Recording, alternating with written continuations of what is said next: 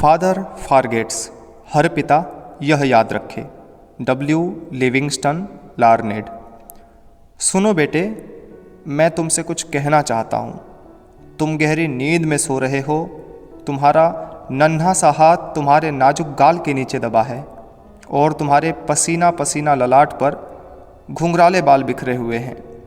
मैं तुम्हारे कमरे में चुपके से दाखिल हुआ हूँ, अकेला। अभी कुछ मिनट पहले जब मैं लाइब्रेरी में अखबार पढ़ रहा था तो मुझे बहुत पश्चाताप हुआ। इसीलिए तो आधी रात को मैं तुम्हारे पास खड़ा हूँ, किसी अपराधी की तरह। जिन बातों के बारे में मैं सोच रहा था वे ये हैं बेटे। मैं आज तुम पर बहुत नाराज़ हुआ। जब तुम स्कूल जाने के लिए तैयार हो रहे थे तब मैंने तुम्हें खूब डांटा। तुमने टॉवेल के बजाय पर्दे से हाथ पोंछ लिए थे। तुम्हारे जूते गंदे थे, इस बात पर भी मैंने तुम्हें कोसा।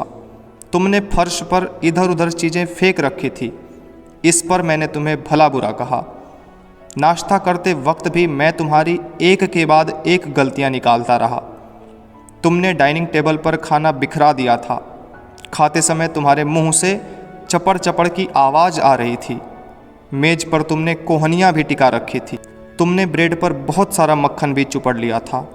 यही नहीं, जब मैं ऑफिस जा रहा था और तुम खेलने जा रहे थे और तुमने मुड़कर हाथ हिलाकर बाय बाय डैडी कहा था, तब भी मैंने भ्रिकुटी तान कर टोका था, अपनी कॉलर ठीक करो। शाम को भी मैंने यही सब किया। ऑफिस से लौटकर मैंने देखा कि तुम दोस्तों के साथ मिट्टी में खेल रहे थे। तुम्हारे कपड़े गंदे थे, तुम्हारे मोजों में छेद हो गए थे। मैं तुम्हें पकड़कर ले गया और तुम्हारे दोस्तों के सामने तुम्हें अपमानित किया। मोजे महंगे हैं, जब तुम्हें खरीदने पड़ेंगे तब तुम्हें इनकी कीमत समझ में आएगी। जरा सोचो तो सही, एक पिता अपने बेटे का इससे ज़्यादा दिल किस तरह दुखा सकता है। क्या तुम्हें याद है, जब मैं लाइब्रेरी में पढ़ रहा था तब तुम रात को मेरे कमरे में आए थे, किसी सहमे हुए मृग छौने की तरह। तुम्हारी आंखें बता रही थी कि तुम्हें कितनी चोट पहुंची है और मैंने अखबार के ऊपर से देखते हुए पढ़ने में बाधा डालने के लिए तुम्हें झिड़क दिया था। कभी तो चैन से रहने दिया करो, अब क्या बात है। और तुम दरवाजे पर ही ठिठक गए थे। तुमने कुछ नहीं कहा था, बस भागकर मेरे गले में अपनी बाहें डालकर मुझे चूमा था और गुड नाइट कहकर चले गए थे। तुम्हारी नन्ही बाहों की जकड़न बता रही थी कि तुम्हारे दिल में ईश्वर ने प्रेम का ऐसा फूल खिलाया है जो इतनी उपेक्षा के बाद भी नहीं मुरझाया। और तुम सीढ़ियों पर खट खट करके चढ़ गए। तो बेटे, इस घटना के कुछ ही देर बाद मेरे हाथों से अखबार छूट गया और मुझे बहुत ग्लानि हुई। यह क्या होता जा रहा है मुझे? गलतियां ढूंढने की, डांटने डपटने की आदत सी पड़ती जा रही है मुझे। अपने बच्चे के बचपने का मैं यह पुरस्कार दे रहा हूँ। ऐसा नहीं है बेटे कि मैं तुम्हें प्यार नहीं करता, पर मैं एक बच्चे से ज़रूरत से ज़्यादा उम्मीदें लगा बैठा था। मैं तुम्हारे व्यवहार को अपनी उम्र के तराजू पर तौल रहा था। तुम इतने प्यारे हो, इतने अच्छे और सच्चे। तुम्हारा नन्हा सा दिल इतना बड़ा है जैसे चौड़ी पहाड़ियों के पीछे से उगती सुबह। तुम्हारा बड़प्पन इसी बात से नज़र आता है कि दिन भर डांटते रहने वाले पापा को भी तुम रात को गुड नाइट किस देने आए। आज की रात और कुछ भी महत्वपूर्ण नहीं है बेटे। मैं अंधेरे में तुम्हारे सिरहाने आया हूँ और मैं यहाँ पर घुटने टिकाए बैठा हूँ, शर्मिंदा। यह एक कमज़ोर पश्चाताप है।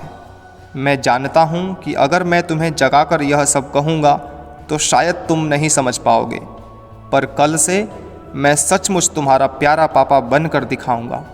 मैं तुम्हारे साथ खेलूंगा, तुम्हारी मज़ेदार बातें मन लगाकर सुनूंगा, तुम्हारे साथ खुलकर हंसूंगा और तुम्हारी तकलीफ़ों को बांटूंगा। आगे से जब भी मैं तुम्हें डांटने के लिए मुंह खोलूंगा तो इसके पहले अपनी जीभ को अपने दांतों में दबा लूँगा।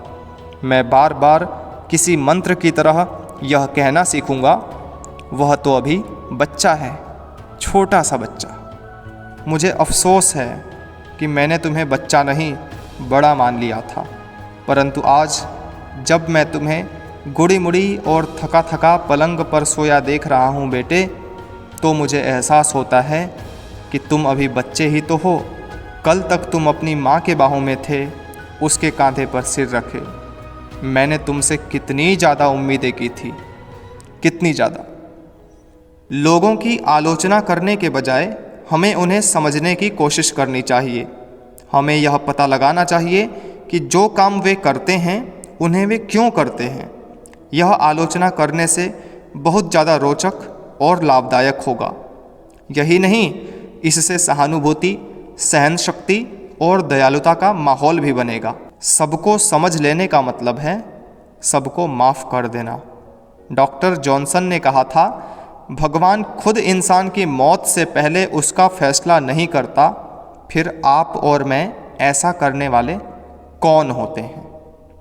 तो मित्रों, आज की स्टोरी, इसका मैसेज और आज की वीडियो अगर आपके दिल को छू गई हो तो इसे खुल करके अपने सभी दोस्तों में शेयर कीजिए, क्योंकि खुशियां बांटने से ही बढ़ती हैं। जल्दी ही मिलेंगे अगली अच्छी शानदार वीडियो में। तब तक के लिए धन्यवाद, नमस्कार।